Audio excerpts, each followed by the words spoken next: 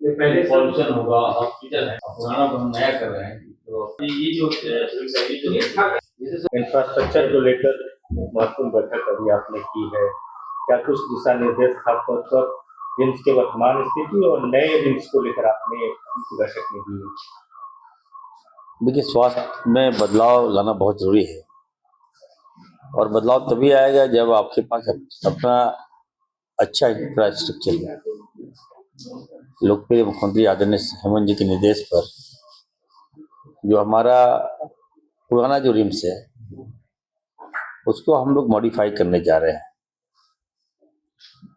जो स्पेसेस है वहाँ पे हम लोग नई बिल्डिंग बनाएंगे। उसके तहत लगभग 7,000 करोड़ की लागत आएगी।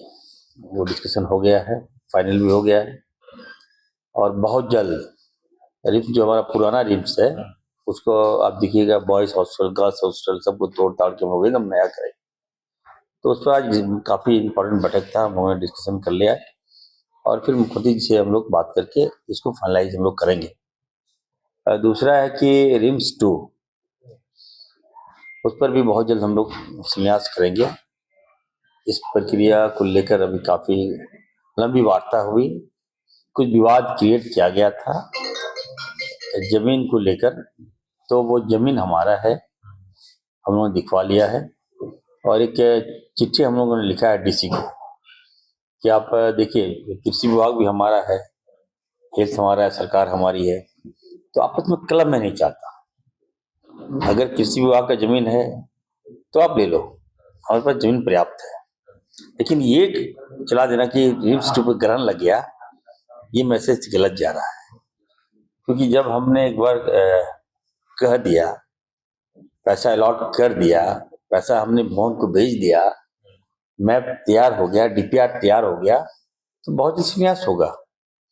तो उसको लेकर भी समीक्षा हुई, तो हमको लगता है स्वतः बहुत जल्द हम इसका संन्यास माननीय मुख्यमंत्री जी के हाथों से हम करवाएंगे, हम लोग करवाएंगे और बहुत बड़ी बात होगी। जमीन प्रशासन का जो उसमें ये था, कंसर्न था कि भाई इससे हमारी सुरक्षा पर खतरा आ सकता है। बहुत सारे शोध कार्य भी प्रभावित होंगे, ऐसा कहना था।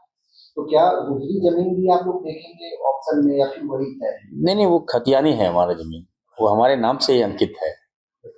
ऋण पास की जमीन है, स्वास्थ्य विभाग का जमीन है और पूर्व में हो सकता है कि स्वास्थ्य विभाग ने दिया हो एग्रीकल्चर को कि खेती उती करो, तो हमने मान लीजिए खेती करने के लिए दिया, इसका मतलब ये थोड़ी कि आपकी दावेदारी वहाँ बन जाएगी।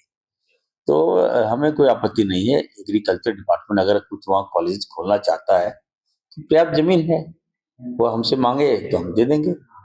तो कहीं क्लैश नहीं है। निश्चित तौर पर कृषि विभाग का अगर कोई संस्थान बनना चाहता है तो बने, एग्रीकल्चर चाहती कि नहीं वहाँ यूनिवर्सिटी डेवलप करें तो करें, लेकिन वहाँ हॉस्पिटल बहुत जल्द बन जाएगा, कहीं कोई विवाद नहीं है। और हमें तो चाहिए कि हम आप लोग सपोर्ट करें। देखिए कि मैसेज मैं दिया हूँ पूरे राज्य में कि हेल्थ को ठीक करना है। ये कहीं ना कहीं लग रहा था कि दब गया था हेल्थ, आज हेल्थ नजर आ रहा है, आपको स्वास्थ्य नजर आ रहा है। और तीसरी जो सबसे महत्वपूर्ण बैठक आज में हम लोग निर्णय लिया कि राज्य के सभी सदर हॉस्पिटल को हम लोग हाईटेक करेंगे। ठीक है, आज की बैठक में महत्वपूर्ण निर्णय हुआ, जहां 100 बेड हॉस्पिटल है सदर हॉस्पिटल, उसको 300 बेड हम लोग करेंगे। पर्याप्त पैसा हमारे पास है और कई डीपीआर बन के तैयार आ गया, लगभग 5 डीपीआर बन के तैयार आया है, अभी लोगों ने मंगवा लिया है, जिसमें एक जामताड़ा है। तो जामताड़ा, गांडे और बरहेट 3 डीपीआर बन के तैयार हो गया है, और भी है, फेज बाय फेज हम देंगे। तो मेरा मोटो है कि पुराना जो सदर हॉस्पिटल है उसको हम लोग अच्छा करेंगे, रिनोवेट करेंगे, बड़ा बिल्डिंग बनाएंगे, एक्सटेंशन करेंगे, जहाँ जमीन है वहाँ हम लोग बनाएंगे ताकि 300 बेड हो। और उसकी लागत जामताड़ा में लगभग 100 करोड़ के 133 करोड़ की लागत से बनेगा, और बरहेट हो और गांडे ये लगभग 200 समथिंग करोड़ का बनेगा। वहाँ पे मतलब आप ये कह सकते हैं कि हाईटेक सदर हॉस्पिटल, डॉक्टर्स होंगे, ऑपरेटर्स होगा, मरीज आएगा तो गारंटी के साथ आएगा कि वहाँ पे इलाज हो जाएगा, उनको रेफर नहीं करना पड़े। तो इस दिशा में भी हम काफी स्ट्रांगली मजबूती से काम कर रहे हैं। लोगों का जो स्वास्थ्य जो है, हमसे अच्छा तो आप नहीं समझ पाइएगा। आपको क्या बीमारी मैं बता दूंगा फट से। तो जब तक बेसिक्स अगर हम इंफ्रास्ट्रक्चर नहीं देंगे तो नहीं बनेगा। मेडिकल कॉलेज, अब बताइए सीट कैसे बढ़ेगा? अगर हम जामताड़ा में मेडिकल कॉलेज लाएंगे तो वहां मात्र 100 बेडेड हॉस्पिटल है, सदर हॉस्पिटल, और जब मेडिकल कॉलेज वहीं बनेगा जहां पर 300 बेडेड हॉस्पिटल ऑलरेडी आपका रनिंग हो। अब हम मांगते रहेंगे सेंट्रल से कि हमको मेडिकल कॉलेज दीजिए, जामताड़ा में दीजिए, गिरिडीह में दीजिए, अन्य जगहों में दीजिए, वहां पे हम क्राइटेरिया फुलफिल कर नहीं पा रहे। तो मैंने सोचा है कि क्यों नहीं हम पहले हॉस्पिटल बनवा लें, ताकि एमसीआई की टीम जब आएगी, मेडिकल काउंसिल ऑफ इंडिया की जब टीम आएगी, तो वो देखे कि हाँ यहाँ पे 300 बेडेड हॉस्पिटल है, यहाँ पे मेडिकल कॉलेज बनना चाहिए, और झारखंड आदिवासियों का है, मूलवासियों का है, तो इनका भी विकास होना चाहिए। तो हमें लगता है कि आज कई बिंदुओं पर चर्चाएं हुई, बजट को लेकर भी अभी हम चर्चा करेंगे। कई घंटों से हम लोग बैठे हुए हैं, और गुटखा पर आज हमने बैन लगा दिया है, और चिट्ठी आप लोगों को मिल जाएगी। हम नहीं चाहते कि हमारे बच्चे सादा गुटखा खाए, पान पराग खाए और उसको कैंसर हो। ये जहरीला है। ये कहने का मतलब वो है कि हम नहीं चाहते, देखिए, नशा मुक्त हमारा झारखंड हो, अपने पैरों में खड़ा हो। मैं वो बाप, वो माँ को रोते हुए देखा है मैंने, जिसका बच्चा को ऑरल कैंसर हो गया। बच्चा सवेरे निकलता था, दिन भर पान पराग खा रहा है, रजनीगंधा खा रहा है, तुलसी खाए जा रहा है, और जब घर आता है तो मुंह हाथ धो के माँ बाप को लगता है कि वो मेरा बेटा ठीक है। अब जब गंभीर बीमारी से वो ग्रसित हो जाता है तो उस माँ बाप पे क्या बीतती होगी, आप देखिए।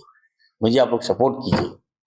मैं काम करने के लिए आया हूँ, लोगों का स्वास्थ्य ठीक करने के लिए आया हूँ, अपने बच्चों का जीवन ठीक करने के लिए जवाबदेही दी गई है मुझे, मुख्यमंत्री जी ने दिया है, राहुल गांधी जी ने दिया है। तो निश्चित तौर पर स्ट्रांगली हम काम करेंगे। सर, रिम्स में इसको डॉक्टर्स की कमी की बात सामने आ रही है, क्या?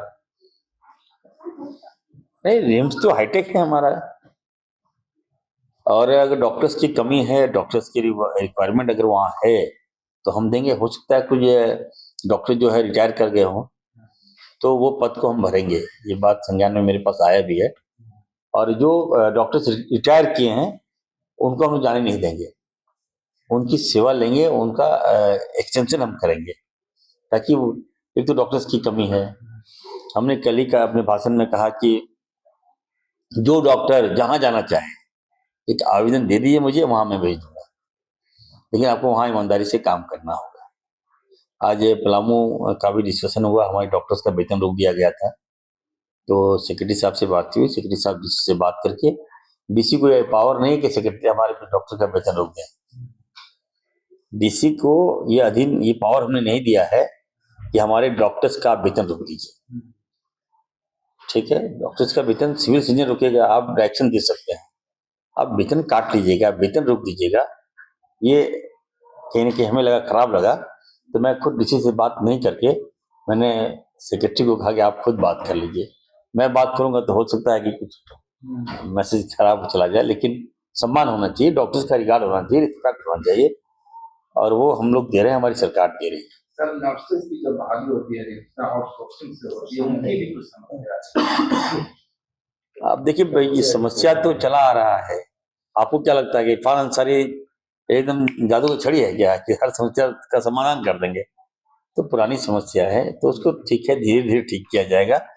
नर्सेज हुआ, वो मेरा परिवार है, एएनएम, जेएनएम, पारा मेडिकल स्टाफ, हमारे डॉक्टर्स, एक मेरा परिवार है, उस समूह को हम ठीक करेंगे, चिंता मत।